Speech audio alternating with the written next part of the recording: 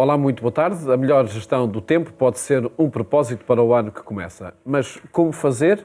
Miguel Panão tem uma proposta em torno do conceito Tempo 3.0, que é também o título do livro que escreveu sobre esta temática. Daqui a pouco folheamos algumas páginas deste livro. Primeiro, contamos outras histórias que fazem a atualidade. Perante os extremismos, a Igreja deve seguir a brisa suave do Espírito. É a proposta do Padre Paulo Torroso, que acompanha de perto os trabalhos do Sínodo. Concluída a primeira fase do Sínodo sobre a sinodalidade na Igreja, as comunidades católicas foram novamente desafiadas a um processo de escuta, seguindo a modalidade que cada uma considere relevante para uma reflexão mais específica. Importante é não perder esse horizonte de caminho sinodal e valorizar o documento que resultou desta primeira fase da reflexão. É um documento de trabalho para continuar o trabalho do Sínodo, é um caderno de encargos, tenho usado muitas vezes esta expressão. E eu acho que a primeira coisa é lermos o documento.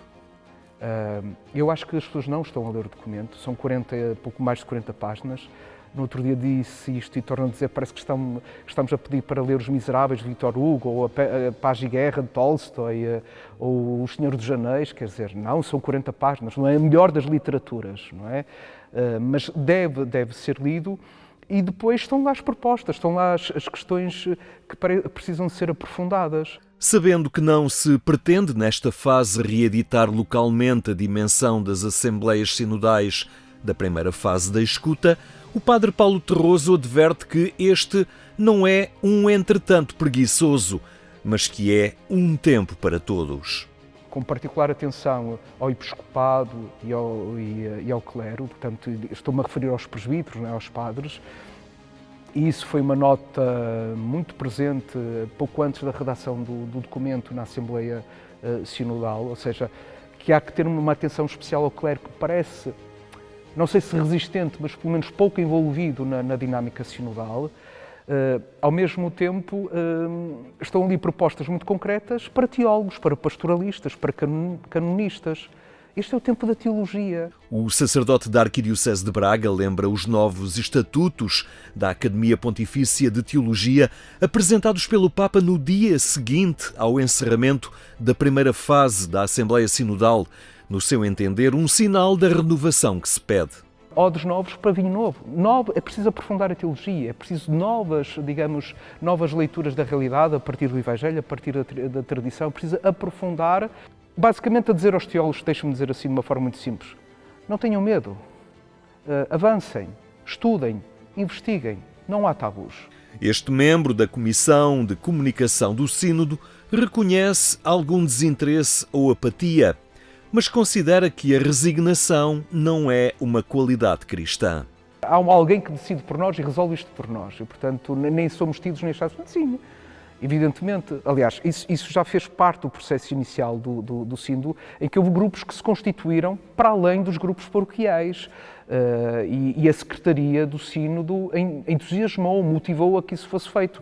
Sempre em comunhão com o Bispo diocesano, mas se em última instância nem houvesse essa possibilidade ou houvesse resistências, dizer, avancem e façam chegar à Secretaria os vossos contributos. Até se organizou, digamos, uma escuta digital, não é? Envolvendo influencers católicos e foi feita essa escuta. Portanto, agora, independentemente de que às vezes possa haver uma iniciativa ao nível diocesana, pois grupos de reflexão podem ser criados e devem ser criados. Há, porém, um cuidado a ter. Os grupos devem estimular a formação e o conhecimento das realidades da fé para evitar cair naquilo que define como a axiologia.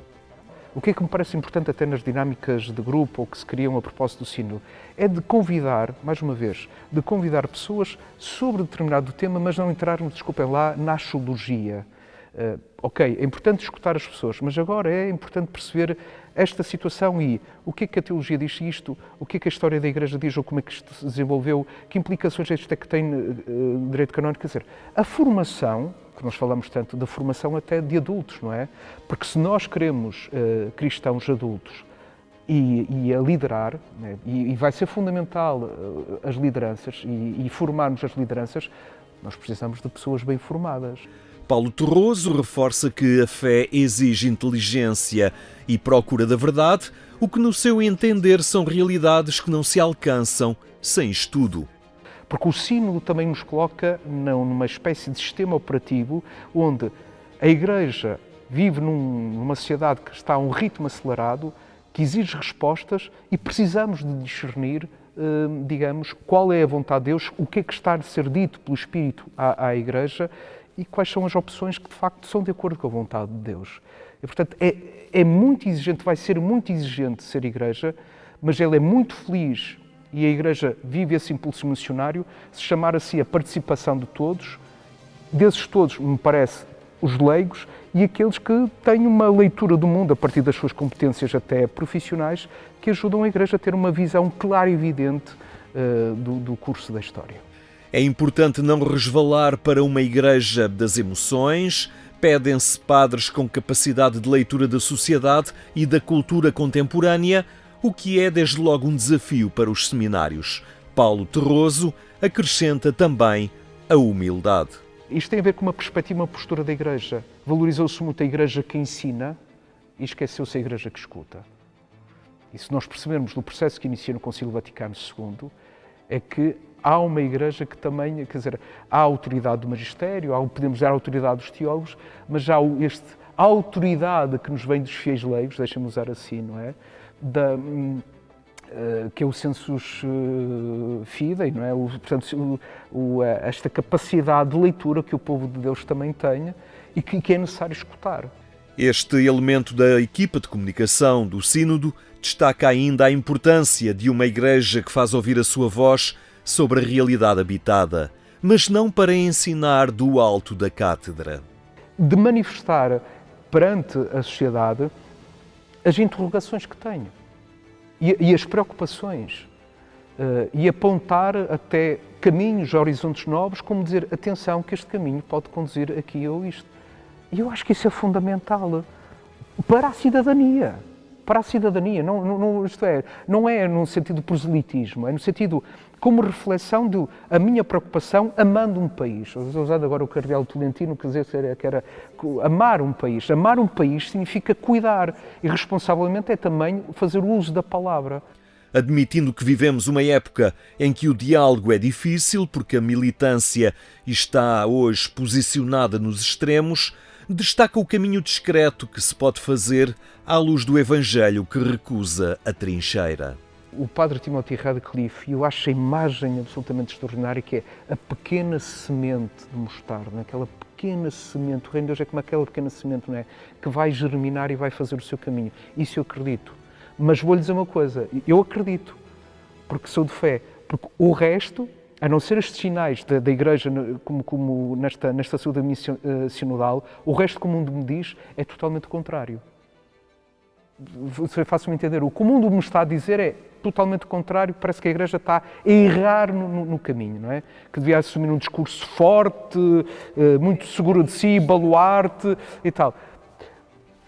Os sinais do mundo são contraditórios, os sinais da Igreja são outros e são suaves e são serenos, e é a brisa suave do Espírito Santo. Nesta fase, o Conselho Ordinário da Secretaria-Geral do Sínodo pede que, para além das instâncias de participação a nível diocesano e da equipa sinodal já constituída, é importante envolver pessoas e grupos que exprimam uma variedade de experiências, competências, carismas e ministérios no seio do povo de Deus. No fim de março, os documentos síntese, que não deverão ultrapassar as 2 páginas, serão enviados à Conferência Episcopal Portuguesa para a elaboração da síntese nacional. Diálogo com os dioceses e operacionalizar projetos que valorizem o património são as prioridades da nova diretora do Secretariado Nacional dos Bens Culturais.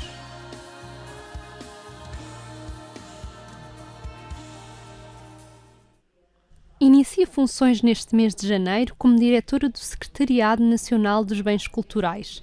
Durante 16 anos foi em Viseu que coordenou este setor na Diocese.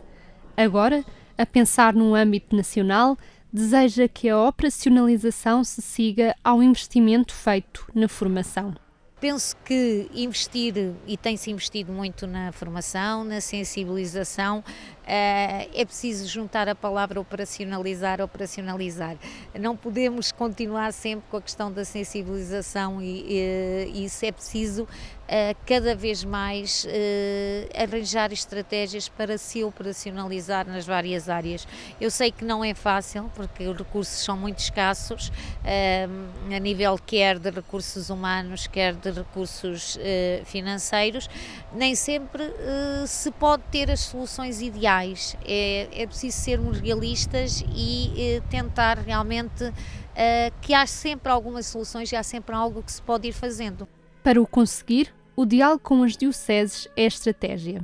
Esse diálogo com as dioceses e com os serviços das dioceses é muito importante também para, não só para às vezes fornecer instrumentos de trabalho, determinadas orientações que seja possível a nível nacional nas áreas do inventário, conservação e restauro, arquivo, bibliotecas, etc., mas também é algo que contribui também para motivar os serviços a desenvolverem projetos por sua iniciativa. Condição para a concretização deste trabalho, em cada diocese, é a dedicação de recursos, nomeadamente humanos, a este setor. Olho para a realidade de Viseu e vejo que isto só foi possível também porque que eu estava a tempo inteiro, portanto, e isso é muito importante, é haver alguém que desenvolva um trabalho de continuidade e não apenas intervenções pontuais e esporádicas. Estratégias para a conservação e valorização do património religioso que Fátima Eusébio vai continuar a desenvolver na Diocese de Viseu, assumindo também a coordenação do Secretariado Nacional deste setor. Siga as notícias que publicamos a cada momento em agência.eclésia.pt. Agora falamos sobre o livro Tempo 3.0 de Miguel Oliveira Panão, que está connosco. Muito boa tarde. Olá, boa tarde. Obrigado, Miguel, por estar no programa Eclésia neste ainda início de ano, e podemos ter aqui uma boa ferramenta para gerir o tempo, ou gerir melhor o tempo, que é sempre um desafio. Essa é uma pergunta interessante porque o livro vai ajudar, penso eu, e já agora agradeço esta oportunidade também de poder abordar este tema neste início de ano, que é sempre importante falar nos nossos propósitos, porque será que gerimos apenas o tempo? Será que é essa a ideia? Ou podemos ir para além disso e gerar tempo, por exemplo, ou até aprofundar o tempo? E a ideia do Tempo 3.0, à semelhança de, se calhar, um programa de computador, é nós atualizarmos a visão que temos de tempo, se calhar de uma gestão, que está muito redutora e reduzida, para uma experiência, que é muito mais do que isso.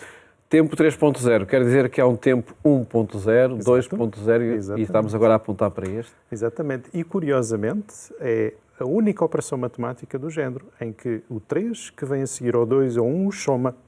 O que significa que o 3 sintetiza o 1.0, o 2.0, não lhes tira significado, mas é diferente. Okay. Então vamos pelo primeiro. Tempo 1.0, falámos de que forma de gestão do tempo? Okay. Era o que acontecia antes do relógio. Como é que nós vivíamos antes do relógio? Vivíamos de acordo com as estações, com aquilo que a natureza nos oferecia, com as oportunidades. Se eu tenho um aperto no estômago, então tenho fome. Se acontece qualquer coisa, então é oportuno e é o tempo certo de a fazer. Depois acontece que com o relógio altura-se tudo. O relógio vem-nos marcar o tempo e então, de alguma forma, o relógio é como se fosse o instrumento físico que materializa uma frase do Aristóteles, que é o tempo é a medida da mudança. Aliás, como é que surgiu a ideia de um tempo nos nossos modelos? Dizem que foi Galileu que estava numa catedral a ver o pêndulo andar de um lado para o outro e notou que a amplitude e o tempo que ele demorava era o mesmo número de batidas do coração. Então significa que o tempo... O que é o tempo? Se calhar o tempo não existe. Existe é mudança e relação entre duas coisas que nos dão uma experiência e uma sensação de tempo. Com o relógio, a ideia é que nós começámos a fragmentar o nosso tempo e a sincronizar. E foi importante. Só que o que aconteceu ao longo dos últimos anos é que nos fixámos aí. E a mim parece-me que há uma terceira, parece-me e não só, já não é minha, é original, é dos gregos, Uma terceira visão, que é a visão que diria que dá origem ao tempo 3.0, que vai procurar sintetizar o tempo oportuno 1.0 com o tempo cronológico 2.0. Isso seria o tempo 3.0. E que, enfim, que mais-valia tem, assim, tem o tempo 3.0, considerando nessa dimensão? A mais-valia, eu diria, é relativamente simples. O que é que as pessoas mais se queixam, Paulo? Não ter tempo. Não ter tempo. Mas o tempo é uma coisa que se possui. Ou seja, a impressão que eu tenho é que há muito mais da experiência do tempo do que apenas o relógio. E a ideia, se me permite de voltar às origens, é que os gregos tinham uma irmandade do tempo, que era o Cronos, daí vem a palavra crónica, cronológico, cronograma, depois o Kairos, que é o tempo oportuno, o tempo certo, e basicamente só falamos destes dois. E esquecemos o terceiro irmão, que é o Aion, o tempo aionológico. É mais conhecido na geologia com os íons. Porquê? Porque é um tempo epocal. E a ideia, agora ligando se calhar um bocadinho também ao início deste ano aos nossos propósitos, é porque é que nós temos propósitos? São propósitos para um tempo oportuno? São propósitos para a nossa cronologia? Não. São para criarmos e fazermos da nossa vida uma época. Porquê? Porque cada pessoa é única. Não há histórias iguais. Todas as histórias são diferentes. E se nós transitarmos da visão da gestão de tempo para uma experiência de tempo, então o tempo 3.0 vai nos permitir atualizar essa experiência e dar-lhe um sentido mais epocal. Então os nossos propósitos, aquilo que fazemos e aquilo que nos é oportuno, passa a ter um sentido diferente e esse é o propósito que eu gostaria e o desafio que eu lanço no livro. E qual é a possibilidade de gerar tempo? Interessante. Bom, é assim, nós geramos... seja, de fazer com que o dia tenha mais que 24 horas. É inverter o Aristóteles. Portanto, o Aristóteles dizia o tempo é a medida da mudança. Depois vem um físico, Julian Barber, que eu li num livro nas férias, que diz assim, não, a mudança é a medida de tempo. Então quanto eu mais mudar, mais tempo meço. Mas isso é estranho, não é? Porque estamos fixados na ideia do tempo cronológico. Então, gerar tempo é simples, é gerir a nossa atenção. E é assim que nós geramos tempo. Porquê? Porque ao gerirmos a atenção, nós geramos transformação em nós. E quanto mais transformação geramos em nós e mais mudarmos, então mais tempo geramos. Ou melhor, que tempo? Não tempo cronológico, tempo kairológico, ou seja, oportunidades. E eu tenho alguns exemplos no livro que falam sobre isso. Muito bem, mas quer isso dizer que falar de tempo ou de ter tempo é falar de nós próprios? Sem dúvida, é identitário, não é? Nós mudamos, eu estou-me a lembrar... E a forma como olhamos o próprio... Eu estou-me a lembrar quando nos conhecemos, tocavas tu nos retalhos, tu não sabias quem eu era um jovem no meio de tantos, mas somos diferentes, ou seja, nós sentimos essa mudança. E é muito mais do que uma cronologia, é muito mais do que uma vida fragmentada, é uma história, são histórias que se relacionam. Por outro lado, a ideia do tempo 3.0 é também atualizar a visão que temos de tempo que não esconde a cronologia, também não esconde as oportunidades, mas que se aprofunda e que se torna profundo. E eu faço algumas propostas no livro que nos ajudam a viver essa profundidade, esse tempo profundo, para trazer os propósitos para uma época que é a nossa história. O que é que vai impedindo que tenhamos essa experiência de tempo, que possamos gerar tempo? Temos uma atitude de domínio, de poder diante do tempo? Não temos. Aliás, a única coisa que temos podemos ter é o domínio das nossas escolhas e elas afetam a forma como nós experimentamos o tempo. É mais nesse sentido.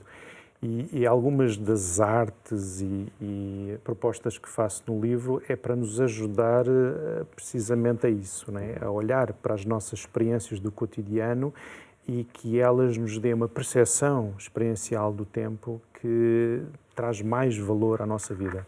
Aliás, uma das ideias que proponho, porque hoje em dia fala-se muito em mindfulness, não é? Que é o que é a atenção plena. Eu próprio também já introduzi uma outra, que é o knowfulness, que seria a consciência plena, porque nem sempre a temos. Mas aqui introduzo outra, que é a lifefulness. Ou seja, tudo isto, toda a experiência de tempo, devia caminhar para uma vida plena, onde a cronologia se entrelaça com a oportunidade e todas elas fazem uma época que é a nossa história.